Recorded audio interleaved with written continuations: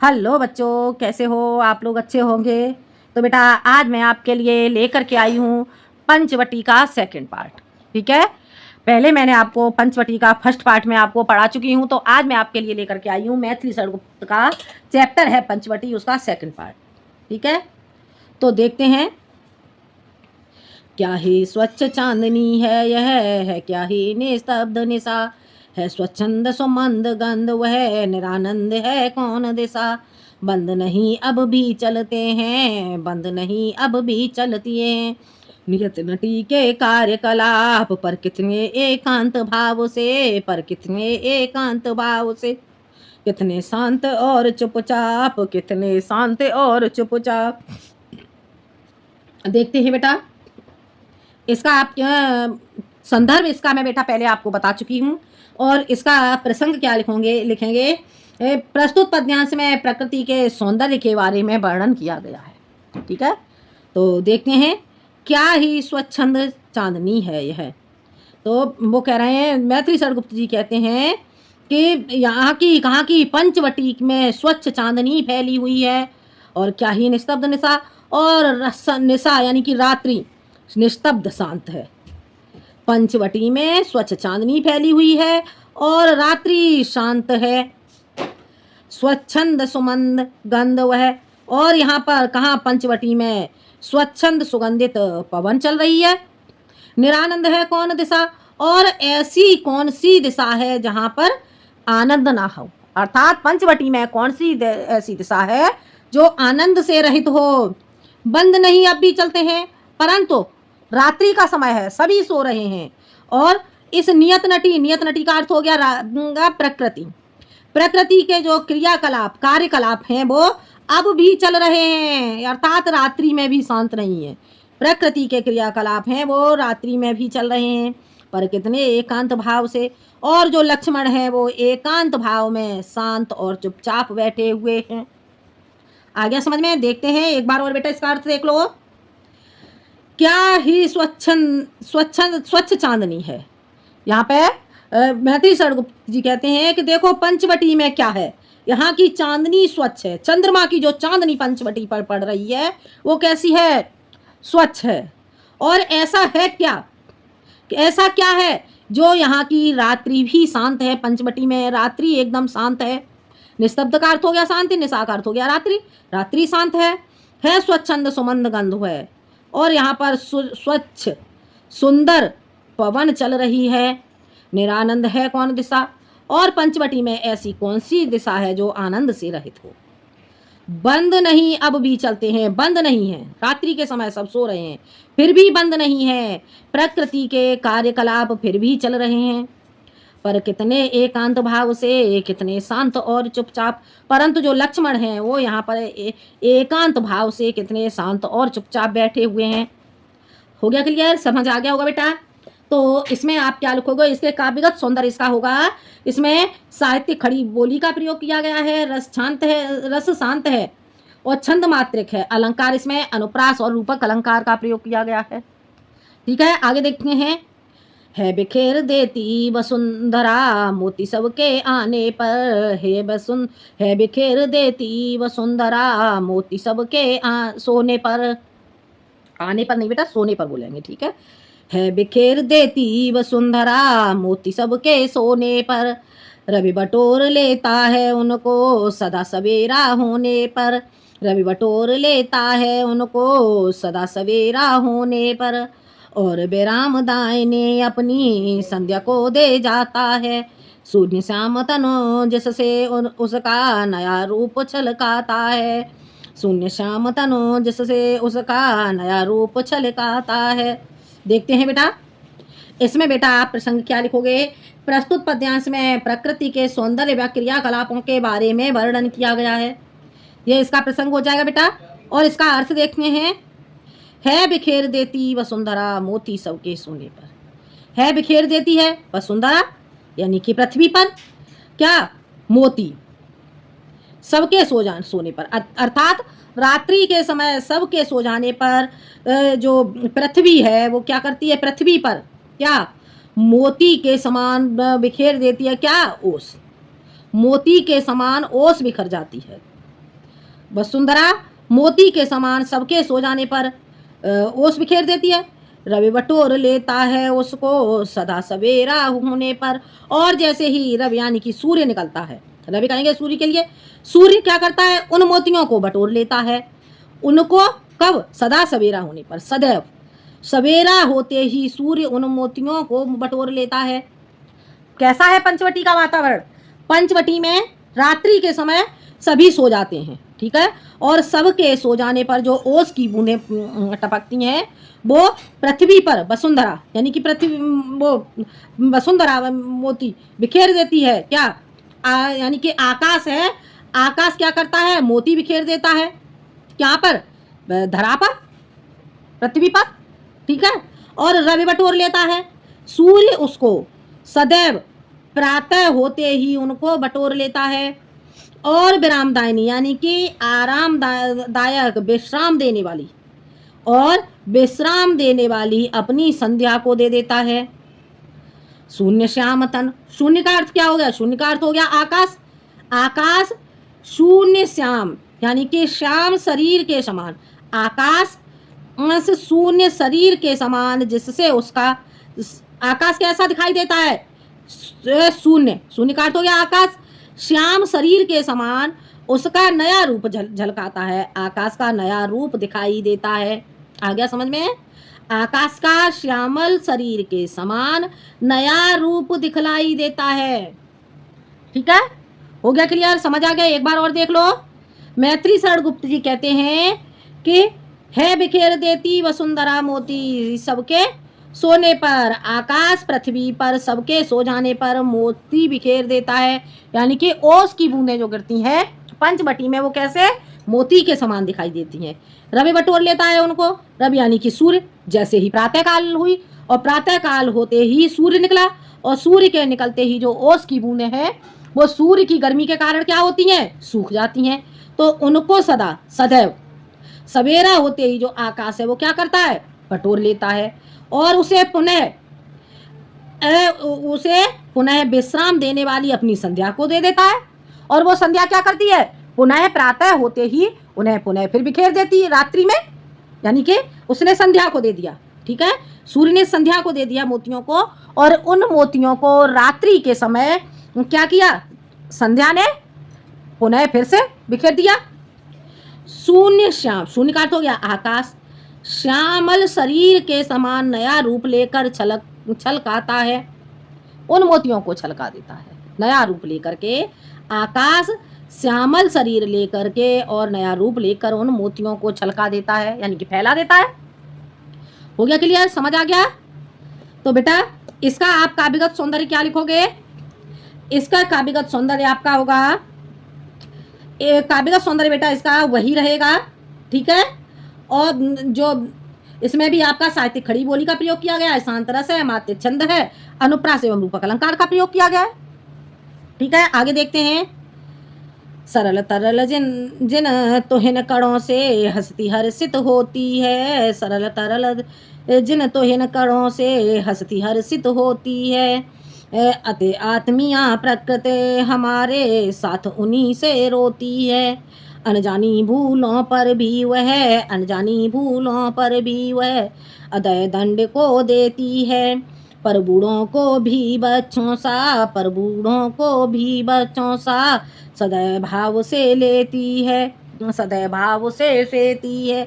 अब देखते हैं, अब इसका बेटा आप प्रसंग क्या लिखोगे? इसके प्रसंग में लिखोगे, प्रस्तुत पद्यांश में रात्रि के समय कुटिया के पहरेदार बने लक्ष्मण के हृदय में उत्पन्न होने वाले विचारों के बारे में वर्णन किया गया है, ठीक है। ये इसका प्रसंग हो गया। और इसका अर्थ क्या लिखोगे? सरल तरल जिन तुहिन कणों से हस्ती हर्षित होती है, सरल तरल जो तुहिन कण, तुहिन कण का अर्थ क्या हो गया? ओस की बूंदें, ओस की बूंदों से हंसती है और हर्षित होती है, प्रसन्नचित होती है। यानी कि जो पंचवटी है, पंचवटी सरल तरल जो ओस के कण हैं, उन ओस के कणों के द्वारा हंसती हुई प्रसन्नचित होती है, ठीक है। आत्मीया प्रकृति हमारे साथ उन्हीं से रोती है, अति आत्मीयता, ठीक है। अति आत्मीय प्रकृति यानी कि अति आत्मीय, ठीक है।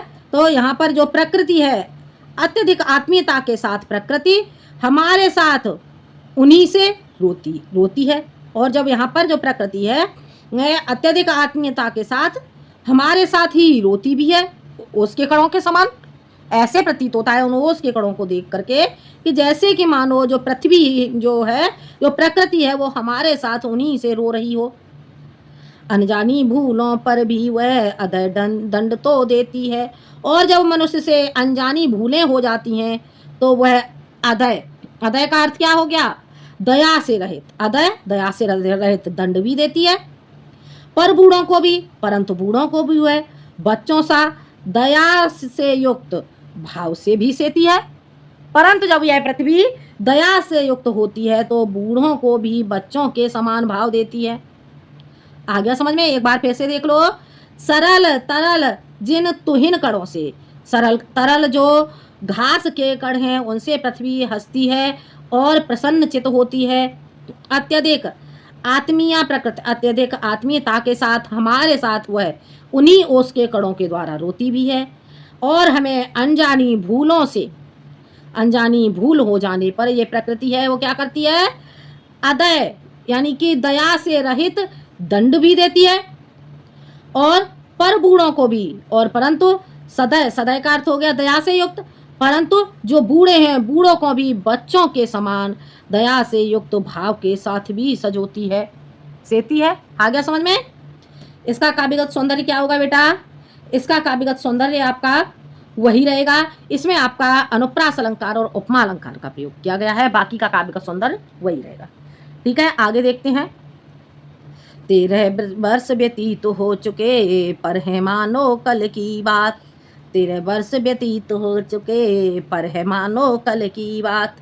वन को आते देख हमें जब आर्त अचेत हुए थे तात। वन को आते देख हमें जब आर्त अचेत हुए थे तात। देखो इसका अर्थ बेटा, इसका बेटा आप प्रसंग क्या लिखोगे? संदर्भ वही रहेगा। प्रसंग में लिखोगे पंचवटी में पहरा देते हुए लक्ष्मण अपने अतीत के बारे में सोचते हुए इस प्रकार से सोचते हैं। ठीक है, प्रस्तुत पद्यांश में पंचवटी में पहरा देते हुए लक्ष्मण अपने अतीत के बारे में सोचते हैं, उसके बारे में यहाँ पर वर्णन किया गया है।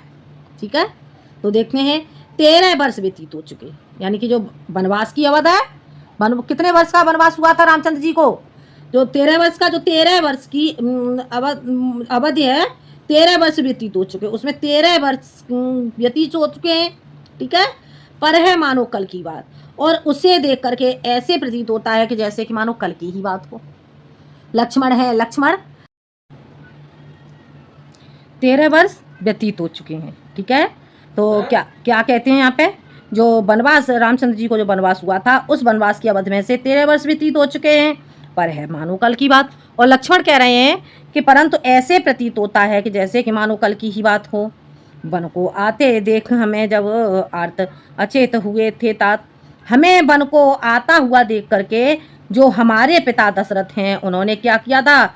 आर्त, हमें वन को आते देख हमें जब हम लोग वन को आ रहे थे तो आर्त का अर्थ हो गया दुखी, दुखी होकर के जो हमारे तात का अर्थ हो गया पिता, अचेत हुए थे अर्थात मूर्छित हुए थे। कहने का अर्थ यह है, लक्ष्मण कहते हैं कि 13 वर्ष वनवास के व्यतीत हो चुके हैं और ऐसे प्रतीत हो रहा है जैसे कि मानो कल की ही बात हो। वन को जब हम वन के लिए आए थे तब दुखी होकर के हमारे पिता मूर्छित हो गए थे। हो गया क्लियर? आगे देखते हैं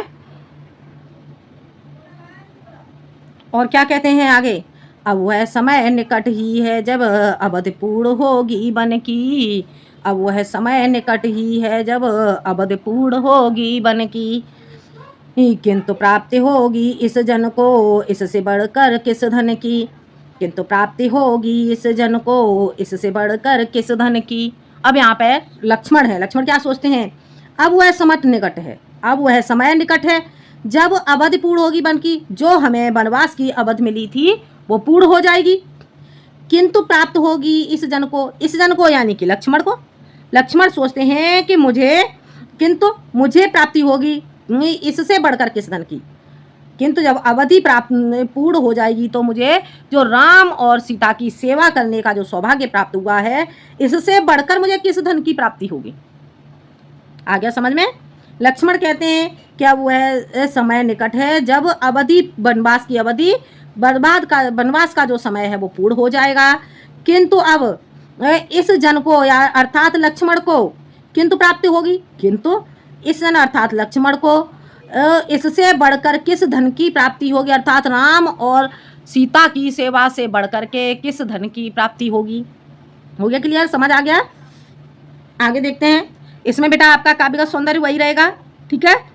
आगे देखते हैं, और आर्य को राज्य भार तो वे प्रजार्थ ही धारेंगे, और आर्य को राज्य भार तो वे प्रजार्थ ही धारेंगे, व्यस्त रहेंगे हम सबको भी मानो बेबस बिसारेंगे, कर विचार लोकोपकार का हमें न इससे होगा शोक, कर विचार लोकोपकार का हमें न इससे होगा शोक, पर अपना हित आप नहीं क्या कर सकता है यह नरलोक, पर अपना हित आप नहीं क्या कर सकता है यह नरलोक।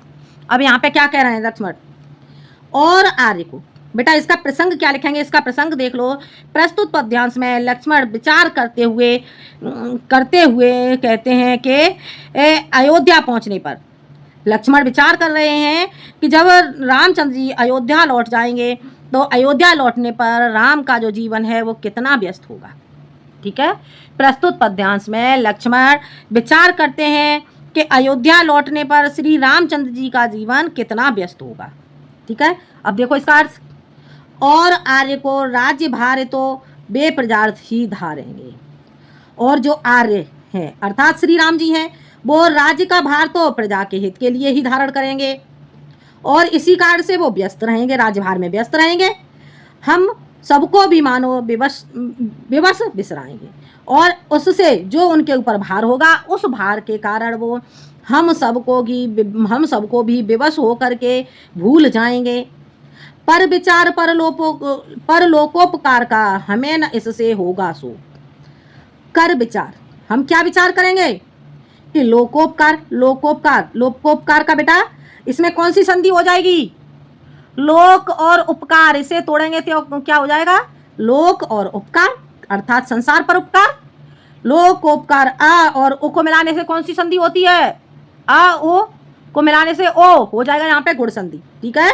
तो कर विचार संसार के उपकार का विचार करके इससे हमें भी शोक प्राप्त नहीं होगा, पर जो यह नरलोक अर्थात जो सांसारिक प्राणी हैं, परंतु जो सांसारिक प्राणी है वो अपना हित क्या अपने आप स्वयं ही नहीं कर सकते हैं क्या, इस प्रकार से लक्ष्मण विचार करते हैं, ठीक है। एक बार और देख लो, और आर्य को अर्थात जो रामचंद्र जी हैं वो राज्य के भार के कारण प्रजा के हित के कारण ही इस राज्य के भार को धारण करेंगे। लक्ष्मण विचार करते हैं कि श्री रामचंद्र जी राज्य के भार को प्रजा के हित के कारण ही धारण करेंगे, और राज्य के भार को संभालने के कारण वो इतने व्यस्त रहेंगे कि वो हम लोगों को भी मानो बेबस होकर के भूल जाएंगे, ठीक है। परंतु हम लोग क्या करेंगे, कर विचार, परंतु हम लोग संसार के उपकार का विचार करके हमें इससे शोक उत्पन्न नहीं होगा, क्योंकि हमें पता है कि वो संसार प्रजा के हित के लिए उस राज्यभार में संलग्न है, ठीक है। परंतु जो नरलोक अर्थात जो सांसारिक प्राणी हैं, क्या ये अपना हित स्वयं अपने आप नहीं कर सकते हैं क्या। हो गया क्लियर, समझ आ गया बेटा। इसमें आपका काव्यगत सौंदर्य वही रहेगा, और इसमें आपका अनुप्रास और उत्प्रेक्षा अलंकार का प्रयोग किया गया है, ठीक है। तो बेटा आज के लिए इतना ही, ये चैप्टर आपका यहीं खत्म होता है। अगले वीडियो में मैं आपके लिए लेके आऊंगी अगला चैप्टर। धन्यवाद।